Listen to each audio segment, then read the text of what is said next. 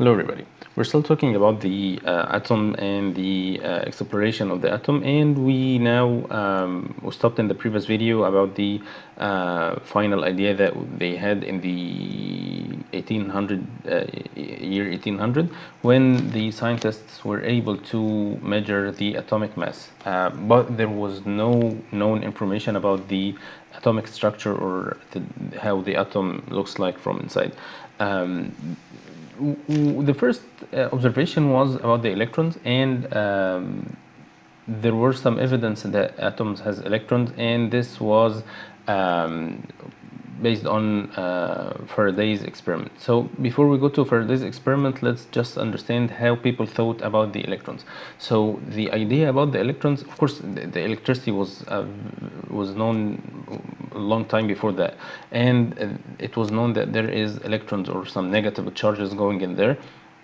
But these negative charges were not known to be discrete, which means that they didn't know that there is an electron in this. The electricity or the current is just flow of electrons, and it was thought that it's like a form of energy. It is like heat, like time, whatever, anything that is a continuous thing. So you cannot find a building unit of it. It was just form of energy or like time.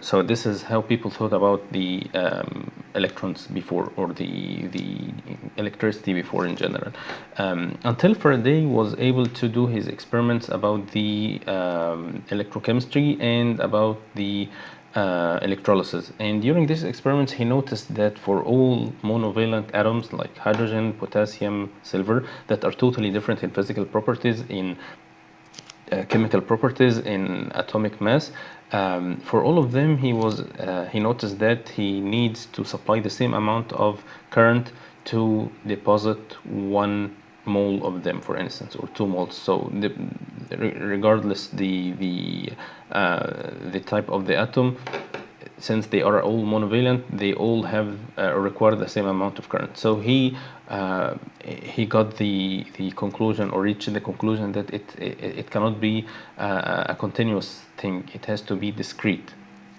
And this was a very important thing at that time, and it was confirmed more by doing the experiment on electrolysis of divalent and trivalent atoms and or elements, and he was able to notice that for the same amount of element to be deposited, he needs double and triple the amount of current that he used for the monovalent atoms, which means that it is discrete. He used X amount in this of electrons in the first case for monovalent. He uses 2X and 3X in the divalent and trivalent.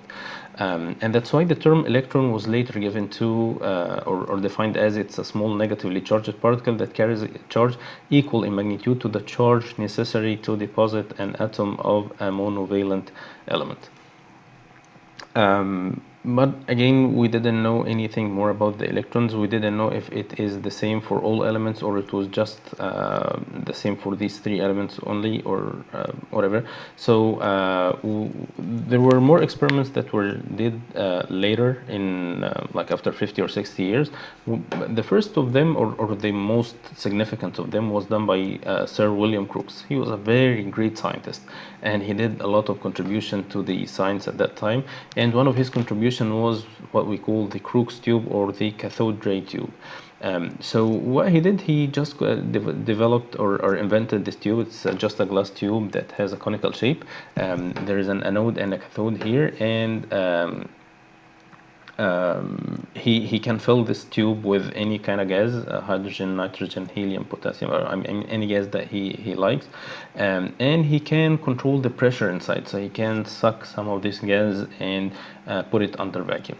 So he was able to do the experiment by filling the tube and then controlling the pressure. He usually used the very low pressures, like 10 to the 4, 10 power minus 4 or power minus 5 of 1 atmosphere, which is very small pressure. And he turned on the current to be very high, to like 10,000 volts or something like that.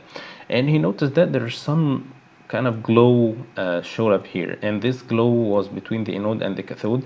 The glow was filling almost the whole distance between these two. and he noticed that this glow was forming a shadow here, so it was blocked by the anode. And At that time he didn't know that this was beam or electrons traveling from the anode from the cathode to the anode, and he called it the cathode rays because they're coming from the cathode. He noticed also that regardless the type of gas that he has inside, the experiment gives the same results. So he proved that the electrons are the same for all the elements. He didn't know whether the electrons or what is the nature of the electrons. Are they radiations or are they particles? So they are discrete, something discrete inside, and it's the same for all elements, but we didn't know any more information about them. Later, or let's first look at this video. It's a modern video that was done recently, replicating the same experiment. So he is now turning off the light so you can see the glow, and you can see that this is the cathode rays that are forming now. They are gonna get more and more obvious now, and you see this is the shadow that was showing here, and this shadow proved that it goes in straight lines, and it's blocked by this anode. Okay. And it looks beautiful, by the way. Yeah, and it's great. Anyway, so later there was an experiment that was done by another great scientist, which is J.J. Thompson. It was like 9 or 10 or 10 or I think 20 years later. Yeah, it was 79, and this is 87. So it's like 15 years later. Or more. J.J. Thomson did some modifications to the Crookes tube. So he had kind of source of he has this glass tube. It's under vacuum, kind of similar conditions, but he did these two screens here, and he had a source of electrons on this side. So it's not like what we did before, an anode and cathode. He had a source of electrons at this side, and these two slits would make the electrons go in just a straight line. He can notice where the electrons hit this side, because this other side of the tube is a fluorescent screen, so he can see a glow at one point, which means that the electrons are hitting here. He also had two forces acting here on the beam. These two coils on these sides is just electromagnets, and he can control the magnetic field or apply magnetic field to the electrons. And these two plates, which is plate G and plate H, are electric field. He can supply a current or voltage between these two, so he can apply an electric force on the electron beam. So he first noticed where the electrons will go. So it's going first on a straight line where these two forces are off. And then he started to turn on the magnetic field, and from the magnetic field it caused some deflection to the electron beam, and he was able to notice where. So instead of having the dot here, it's moving, for instance, up or to the right or to the left, depending on the magnetic field, and he will notice where it moved from the center to the new point.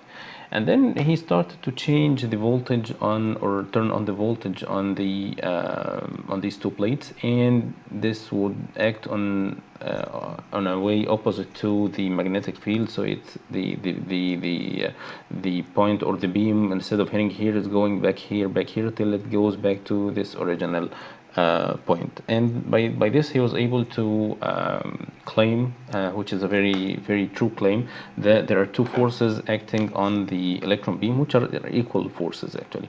And this is kind of that causes that fluorescent how the cathode ray tube works, which J.J. Thomson used in his experiment. And this teacher is gonna use the magnet in his hand to apply force, a magnetic force on the beam. And you see that as he moves the magnet closer, the beam kind of repels and goes further from the magnet. and here he turns it the other side, so it's now getting attracted to the magnet. Now it's going repelling the magnet. By doing this experiment and measuring exactly where the beam is deflecting and using the geometry of the cathode ray tube that he used, Thomson was able to calculate a very important number, which is the charge to mass ratio of one electron. So he said that the beam is under magnetic force, and the magnetic force, which is the very first step before applying any electric force. So the magnetic force is BeV, and the B is the magnetic flux density, E is the charge, and V is the velocity. And this equals to the centrifugal force, which is mv squared over r, and you can tell, or you can simplify it to get the E over m equals V over br. We know B and we know r from the geometry and the point that changed from the center to the new point on the fluorescent screen, so you can calculate the radius of curvature, but we don't know the velocity. So by applying the equation of magnetic force equals to the electric force, we can get V equals E over B, and we know the electric force or the electric field. It's not here, but this is the electric field density, and this is the magnetic flux density. And from these two, we can tell what is the velocity of the electron beam, and it was found that it is almost 1/10 of the speed of light. And by substituting with this value in here, we were able to calculate, or he was able to calculate, the E over m, which is the charge to mass of one electron, and it was found to be 1.76 times 10 to the 11 coulomb per kilogram. And this kind of proved that the electron is a particle. It's not a radiation or any other form of energy, as it was thought before, or it answered the question that Crooke was not able to answer. And then the last experiment that was done was about this, or the electrons, was done by Millikan, which was also a great scientist, and he did a very simple experiment, and it was very clever experiment actually. He sprayed oil in a chamber that has a very small slot in the bottom, so he can have only oil drops getting down in this slit. And under this slit, there are two electrodes, positive and negative electrode. So he has the positive electrode on the top and the negative on the bottom, and he can supply very high voltage to these plates. And when an oil drop is going in between these two electrodes, it would get ionized because of the very high potential, electric potential that is in between these two plates. And the electron, or the oil drop now is under two forces, under the action of two forces: the electric force, the gravity, and the attraction to the top electrode. And by changing the voltage, he was able to get an oil drop to get suspended between the two plates, and he had this microscope to see exactly how the drops are suspended between the plates.